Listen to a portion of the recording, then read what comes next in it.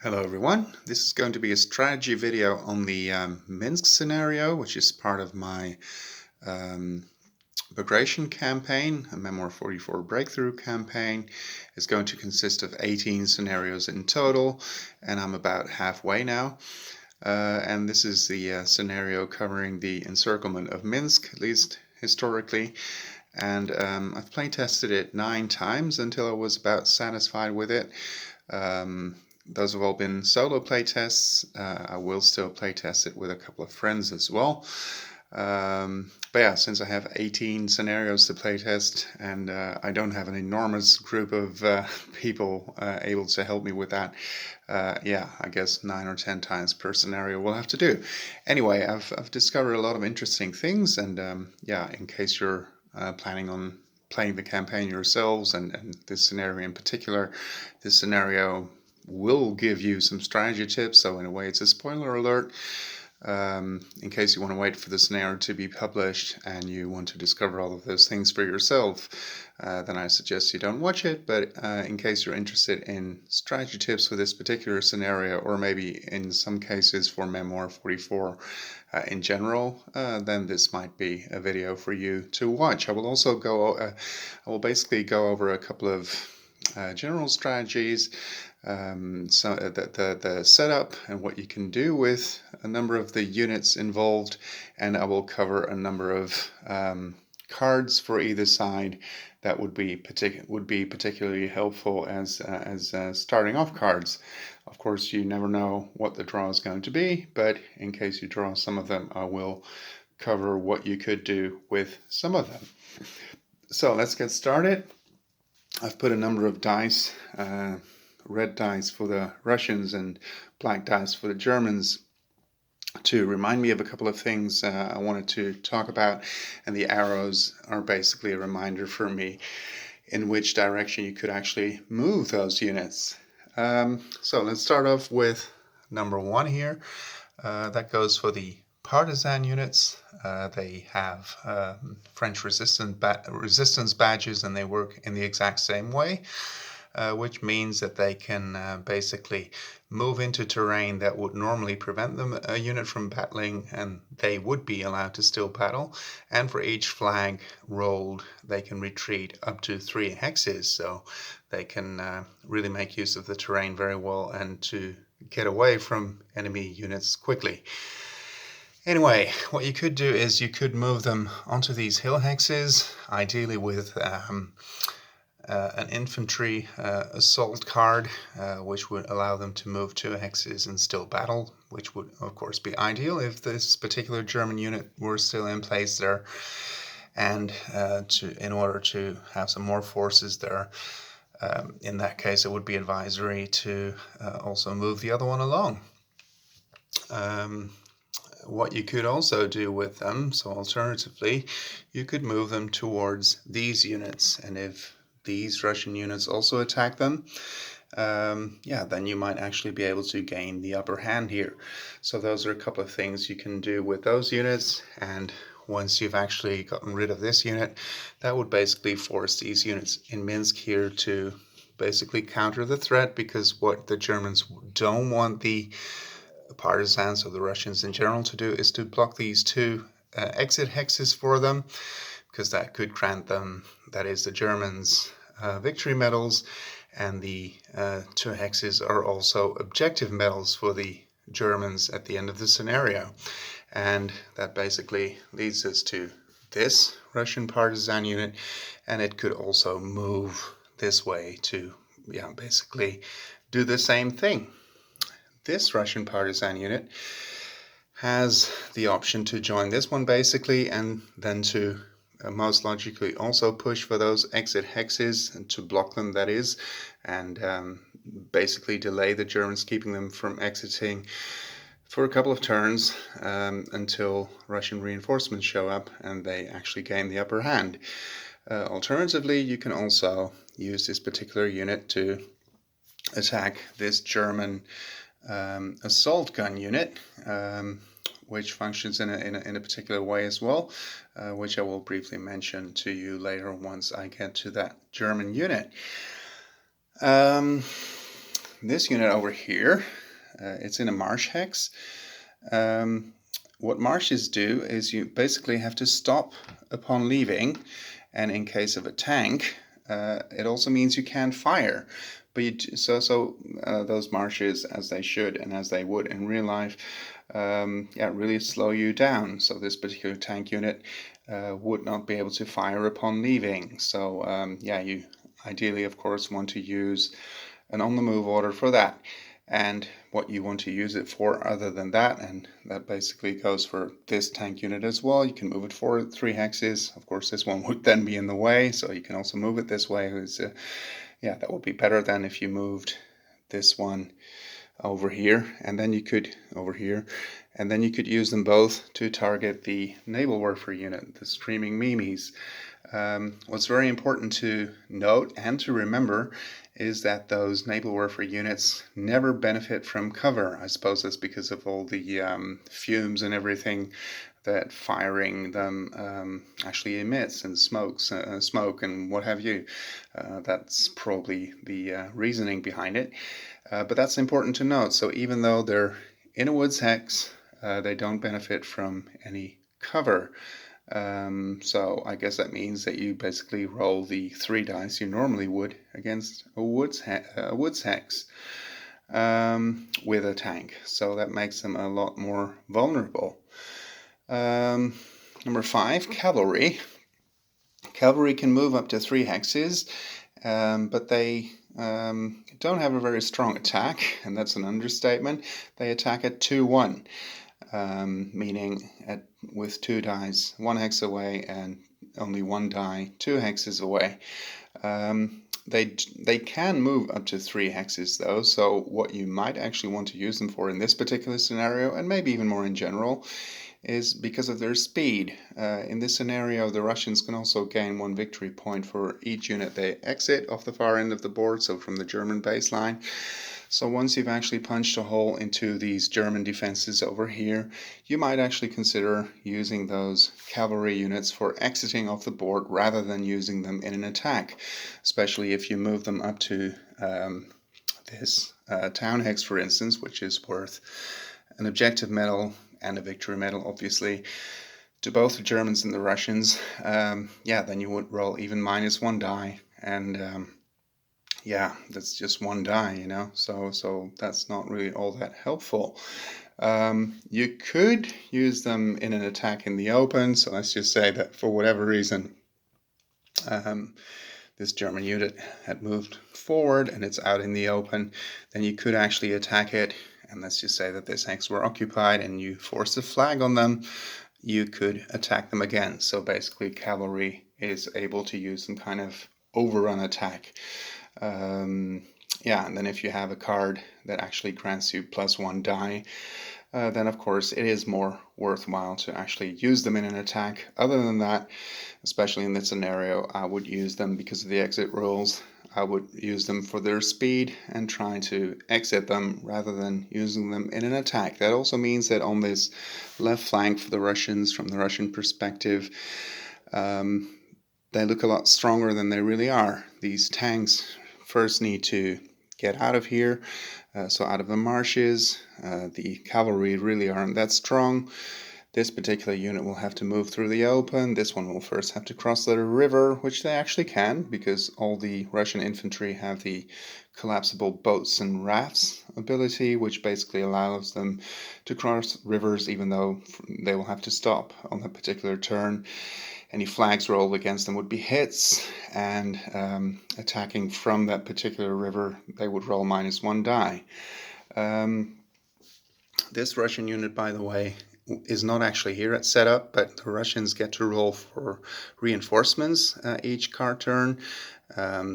Based on what they actually roll, they will definitely need a star, and a star and an armor is, for instance, a regular armor unit.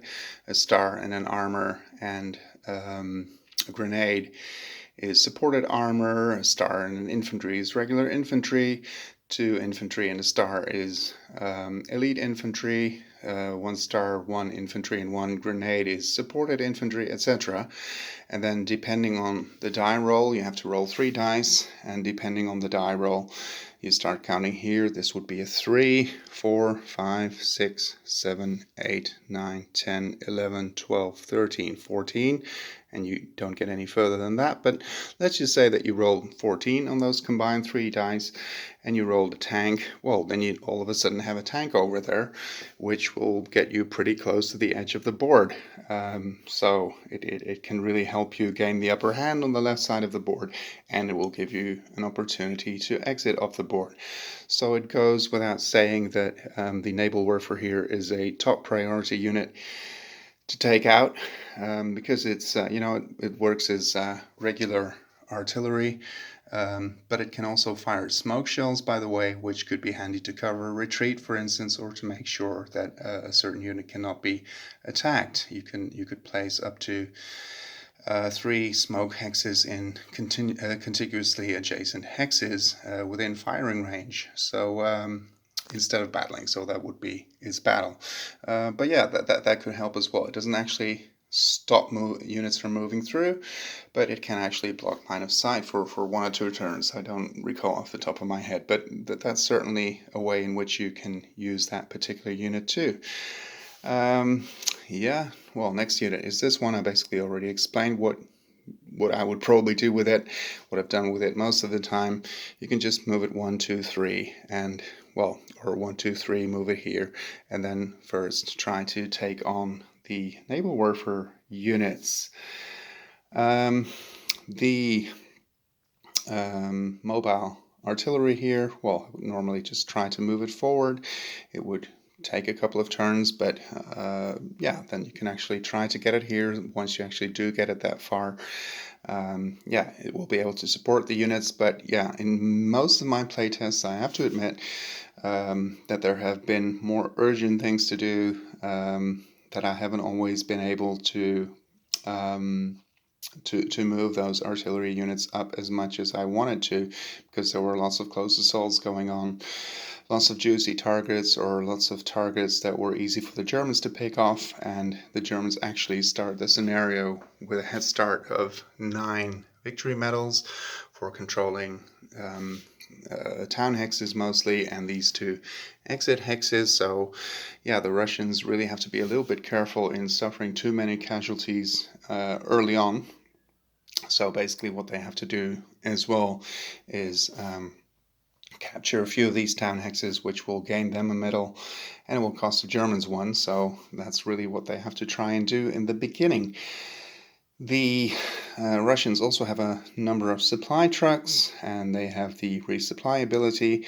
So yeah, that might also be helpful, even though they all start completely at the Russian baseline. So it really takes a long time before they can actually make it to the front. I did have one game in which perhaps it was these tanks, or it was the Tiger or something, and it moved over here. This one was standing over here, and it was actually forced to retreat. It was down to 1 figure, and I moved up these supply trucks, and I made it into a full regular tank unit again. It wasn't, note that it wasn't a supported armor unit anymore at the time, but yeah, basically it was easier to use the resupply ability in that particular case, because this unit moved forward and that unit actually moved back after suffering casualties. Yeah, that was that one. Where do we go then? This was number 8, so this is number 9. What this unit could do at the beginning, so I'm mostly talking about the beginning as well, even though I've mentioned a couple of things that I would use the units for at a later stage as well. This one could try to take on that unit while it's still in the town, and roll 1 die, 3, 2, -1 for the city, 1 die, sometimes with a firefight might be 2 dies. Or you could try to venture out into the open, but then of course not on its own, but in a combined attack with multiple units. But yeah, that does leave it very vulnerable to these tanks over here, or potentially more tanks that could move over to the center as well. So you have to be a little bit careful moving those units out prematurely because they might be sitting ducks out there in the open. But it's definitely an option to roll that one die against these units. Maybe you'll even roll a flag, who knows, which is very helpful. These engineers, what they do is mostly that they ignore any cover in close assault. So if you move this unit up, which will usually take 2 moves, obviously, if you want to fire, or you have to use an infantry assault card, and you will be able to take on this unit with the full complement of 3 dice rather than having it reduced to 2 because of the engineer ability. What else do we have? Well, this supported infantry usually also goes here to take on that unit in the town hex. Note that supported infantry, it does a couple of things, but the most useful thing it does is basically combine the best characteristics of armor and infantry.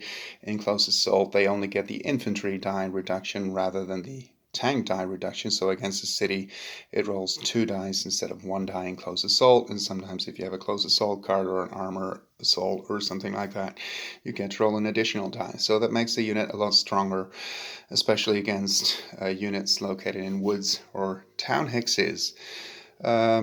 Yeah, the artillery, basically the same as the mobile artillery I talked about before. You just want to move it forward. You could actually attack with it right away and roll 1 die against this unit as well. So if you let's just say that you moved all units in the center, then you would be able to use this unit and then attack it with 1 die. Use this unit, attack this German unit with 1 die. This one with 2 and this one with 1. So you should be able to destroy it then. But of course, if you roll a flag on the first one, then many of these units might actually be out of range of it. But okay. Where do we go from here? Let's see. Now I have to look where number 13 is. Over here. Yeah, these 2 units, they're actually very important. I found myself using them as one of the first units on the first Russian turn, because you probably won't be able to, if you don't use them at all, then the Germans will probably use their units against you, and normally speaking, they'll outnumber you. This unit is not actually here at the beginning. I just showed that in one particular playtest I did get a supported armor there, or maybe it was a regular armor. I don't know. It was even an elite armor, but anyway, the idea is the same. Then all of a sudden, along with some of these units, I played all units on this flank then, I believe. Well, then actually you can make a very strong initial push, also with an armor assault card, for instance. But yeah, if you don't do anything with these 2 units, again, you don't start with this one. But yeah, if you do get it as a reinforcement, again, you roll for those each Russian turn before drawing a card. Yeah, and if you get a unit here, or here, well, that really changes things. It forces the Germans to respond to you, and also behind the river, well, they're still a bit stronger, but the odds are a lot better for the Russians with such an extra tank unit on turn 1. What else do we have? Let's see. Number 14, or is it here? Yeah, this unit is located in a marsh hex. Yeah, what you could do, I see that I forgot to add an arrow, but I can put an arrow here. You could take on, depending of course on the card that you play, you could take on this tank unit right away and hope to force it off of the hill with a flag.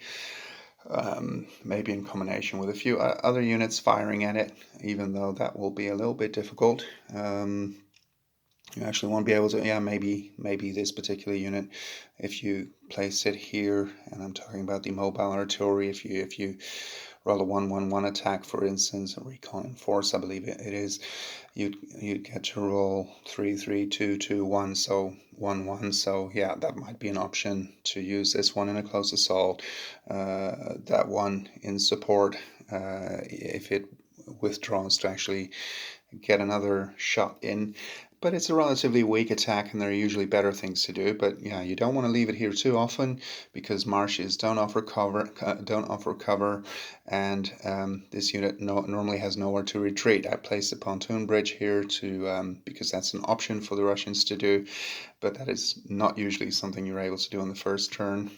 Well, yeah, you might be able to do it, but there are usually more important things to be done in turn one. So normally you wouldn't have a place to retreat to. Despite the collapsible boats and rafts, I don't think you can actually use it in retreats. So if this tank actually fires at it, or perhaps even this one, it's basically a sitting duck. This tank would roll 3 dice. The other one would roll 3 dice too if they decided to attack this infantry. Flags would be hits. Yeah, so you do want to get it away from there. But yeah, the question is, what card are you going to have? What card are you going to play? And which card is actually the most important one to play at that moment? This unit, yeah, you probably just want to move it forward and attack this unit in that hex over there, which has objective medals for both sides. Same thing goes for that one. This one would usually support that attack, and if it retreats, to get another shot in. This unit is another engineer unit, so you probably want to move it forward, but it will take you a couple of turns before it can actually engage. And these two units, yeah, it really takes a long time for them to get to the front, because tanks, when they enter a railroad hex, they actually have to stop. On the scale of this scenario, that doesn't really make a lot of sense, but I decided to leave that rule unchanged, so that armor and artillery have to stop when moving in. Infantry moves normally. It basically symbolizes the fact that yeah, those railroads might be clogged with fleeing civilians or soldiers, or simply it also denotes the various waterways in the area, the smaller waterways, the marshes, etc. So it's just, in certain places you're being held up. So I left that particular rule in. Yeah, I think that covers most of the Russian units, and I think I'm going to make this into 2 separate videos, because otherwise it's going to be a very long one. So what the Russians can also do, as I said, is build pontoon bridges. You play an attack card in that particular section of the board, and you can place a pontoon bridge there. I've added the condition that you need to have a unit adjacent to it before you can actually build such a bridge. Normally that condition is not required, but yeah, I feel it makes more sense, especially also given the scale of the scenario. Yeah, that you need to have an actual unit adjacent to be able to build it. There are no restrictions to the number of pontoon bridges you can build. Of course, there are various places already where the Russians can cross over here through this village. Of course, they always have to stop when entering a town or a village hex. They could use the railroad hex, or they can use this town or that town or that town, so they have places to cross, but this would actually allow them to, well, not have to stop when crossing, and to have some places to cross earlier on, even while the Germans are still occupying the various ones that they start the game in control with. This one, if you build one here, will also allow you, for instance, to not having to go through this village or here when you have to face the strongest German units. You could also move this unit, for instance, across here and then again across here. It might be easier, and that way you might be able to really overwhelm the Germans in the center and the left of the board. Obviously, this side of the board, that's where the Germans are by far the strongest. So rather than having to go the slow way over here, you can also you would have to, well, no, this infantry could also move right away over here once you actually have that pontoon bridge in place, and also take the quicker way through the center. Same goes for the tank, which would have to stop in the village hex, and it would also have to stop here, but from then on it can move very quickly, which it wouldn't be able to do here. So that way you might get this particular tank unit into the fray more quickly as well, and you would have to build another one here. So yeah, I guess that covers the Russian units. The next video will be on the German units, and then I'll have a look at the cards that you would want to start with. And yeah, there are various options, but yeah, I'll go over those. I hope you enjoyed this video, and see you in the next one.